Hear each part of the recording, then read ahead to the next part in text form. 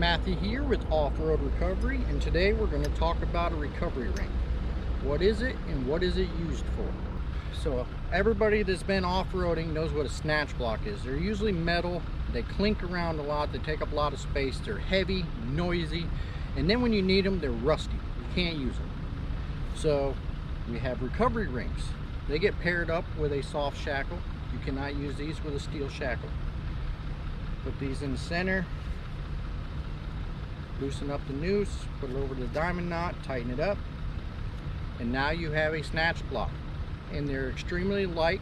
They're made out of aluminum. They will not rust. And then you just run your winch cable through there and it spins on the soft shackle just like a snatch block.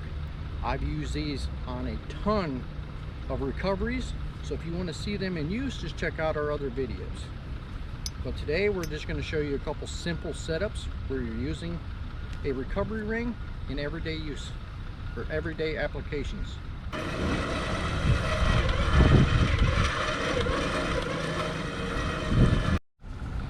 Now, one reason I always use Factor 55 snatch blocks is you see there's little rubber fingers on the blocks themselves, and what those do is they hold the cable in place. So if there's any time the cable is slack, the cable stays on the pulley and it doesn't come off and then start rubbing on your soft shackle.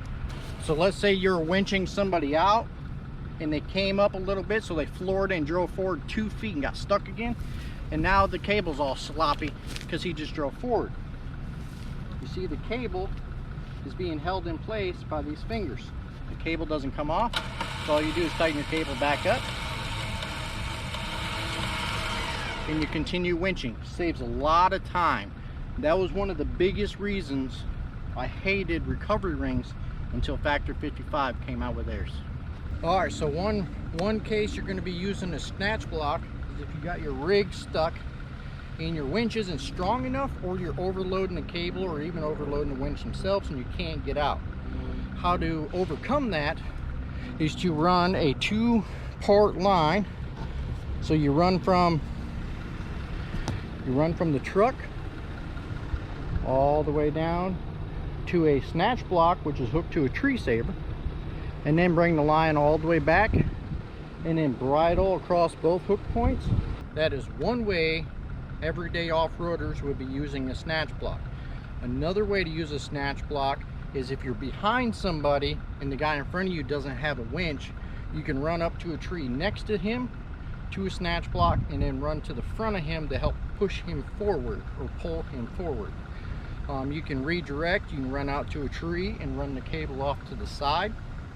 There's literally 100 ways you could use a snatch block.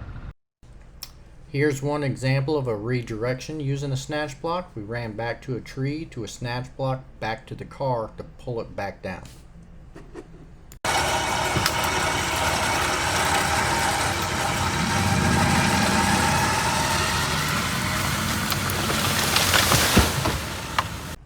Here's another redirect using the snatch block to hold this truck in place. Here we're using 2 snatch blocks to triple our pulling power.